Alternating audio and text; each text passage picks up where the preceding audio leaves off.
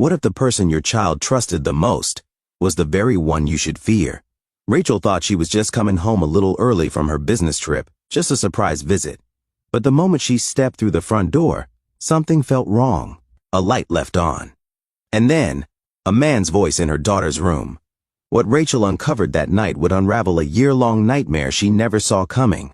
A terrifying secret her daughter had kept hidden to protect her.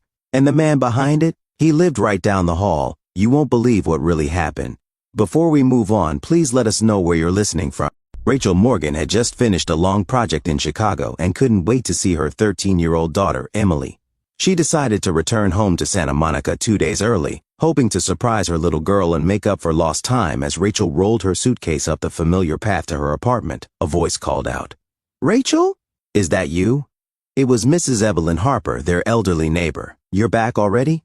She smiled warmly, holding a grocery bag and wearing her floral scarf. Rachel nodded. "Came home early to surprise Emily? I've missed her." Mrs. Harper's smile faded just a little. "She's been acting different. Doesn't come out much anymore. I even saw her speaking with a man once outside the building. I called out to her, and she bolted." Rachel froze. "A man? Who?" "I couldn't tell, but she looked scared." Trying to stay calm, Rachel thanked her and quickly entered the building. Something in her gut felt off.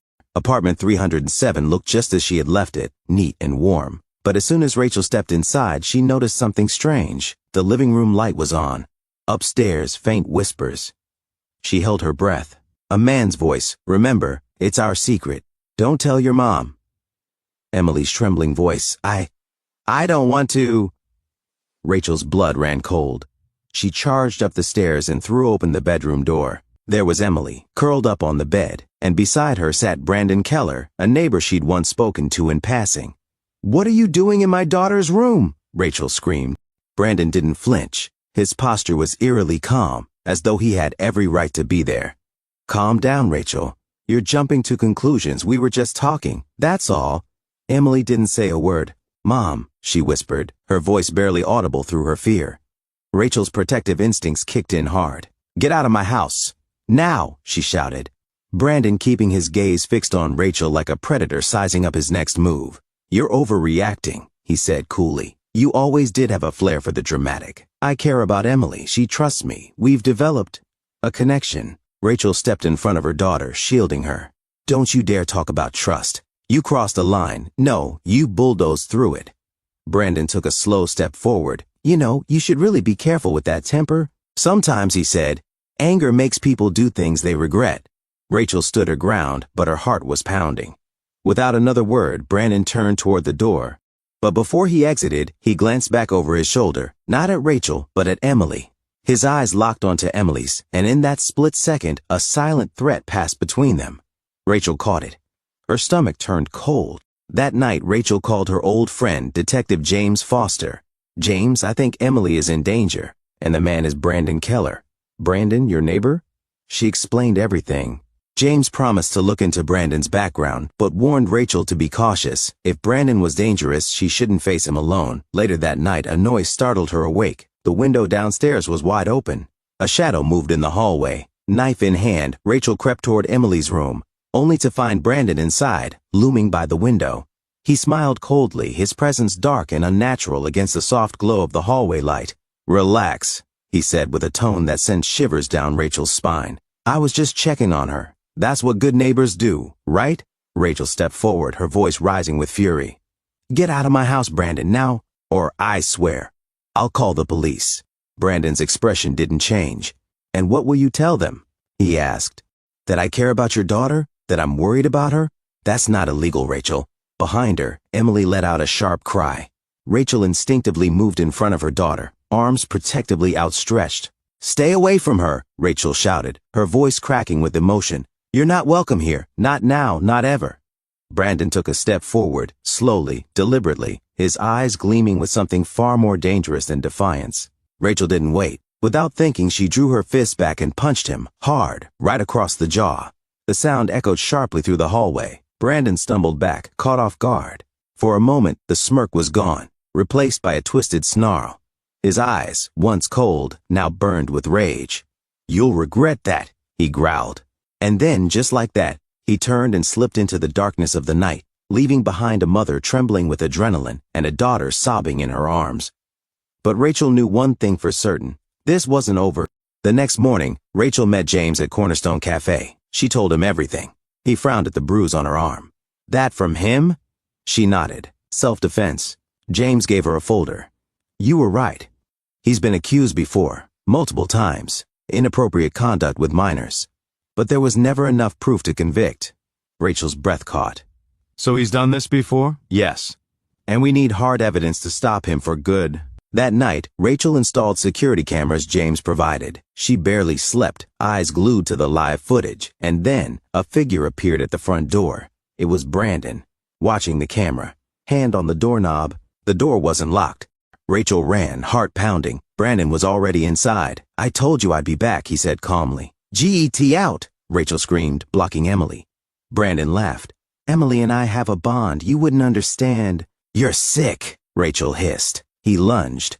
Emily screamed. Rachel grabbed the closest object, a lamp, and smashed it across his head. He bled, but it didn't stop him. Rachel grabbed Emily's hand. Run! They made it downstairs. The front door was bolted shut. Brandon caught up and grabbed Emily by the hair. Let her go. Rachel clawed at his arms. He struck her hard, knocking her to the ground. Mommy! Emily sobbed. Suddenly, bang, bang. Police, open up. Neighbors had heard the screams. Brandon dropped Emily and panicked. The front door burst open. James and two officers tackled him to the ground. Rachel and Emily collapsed into each other's arms, sobbing. Though Brandon was arrested, Emily couldn't sleep alone. She jumped at noises. She couldn't go back to school. Rachel tried everything. Therapy, support groups, even quitting her job to stay home. Emily finally admitted the truth. He told me if I ever said anything, he'd hurt you. Or take you away. Rachel's heart shattered. Emily had been enduring this for a year. I thought I was protecting you, the girl sobbed. I was so scared. Rachel hugged her. You're the bravest girl I know, and I'll never leave you. Rachel met with James and their lawyer, Michael Green. We need Emily to testify, Michael said. She's terrified, Rachel admitted. It would be our strongest evidence. Rachel sat with her daughter that night. Do you think you can tell the court what happened? Emily hesitated.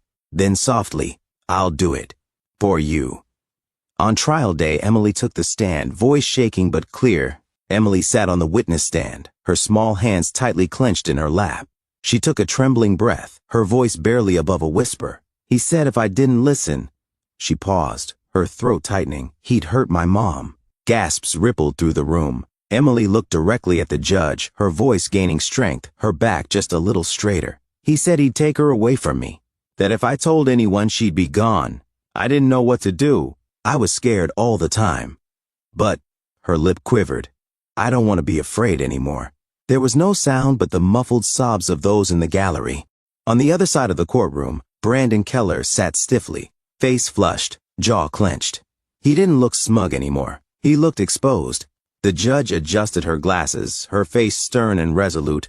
Thank you, Emily, she said solemnly. You were very brave. After a short recess, the verdict was read. Brandon Keller, you are found guilty on all charges, stalking, unlawful entry, and child endangerment. The gavel slammed down. You are hereby sentenced to 15 years in state prison. Rachel closed her eyes, overwhelmed with emotion. She rushed to her daughter, kneeling beside her as they embraced in front of the entire courtroom. You did it, baby, Rachel whispered through tears. You were so brave. I'm so proud of you. Emily looked up at her mother with watery eyes and a fragile but genuine smile. He can't hurt us anymore, right? Rachel nodded, holding her tightly. Never again. And for the first time in what felt like forever, the grip of fear began to loosen. It was a long road, but slowly, Emily began to heal. She smiled again, went back to school. Reconnected with her friend Noah, in the months that followed the trial, Rachel found herself stepping into a new role. She began speaking at support groups across Los Angeles, community centers, shelters, church basements, anywhere women gathered, searching for strength. She didn't hold back. She told the truth, raw and unfiltered. About the fear, about the guilt, about how evil sometimes wears a familiar face. I thought I was protecting my daughter by working hard, by providing for her, Rachel said to one group, but I missed the danger that was right in front of us. And when I realized it, I swore I would never let it touch her again. Tears often filled the eyes of the women listening. Some held their children tighter. Meanwhile, far from the warmth of healing and community, Brandon Keller was living the consequences of his crimes. Locked behind bars at Riverview Correctional Facility, he quickly learned the hard truth. Even among the most hardened criminals, there are lines you don't cross. And predators, especially those who harm children, were at the very bottom. He had lost his freedom, yes, but he had also lost the illusion of power, the twisted respect he'd once demanded. Now, he was just another disgraced predator in a system that would grind him down day after day. Alone. Hated. Forgotten. One morning, Emily turned to her mom at the beach. "Mom, I think I'm ready to live again." Rachel held her hand tightly. "You're safe now, Emily. You always will be." They watched the sun rise over the waves, free at last. If you were Rachel, would you have seen the signs in time? And more importantly, how far would you go to protect the one you love? Please let us know in the comments below, as your story might help someone else find their voice. Thank you so much for tuning in to Storyline Narratives.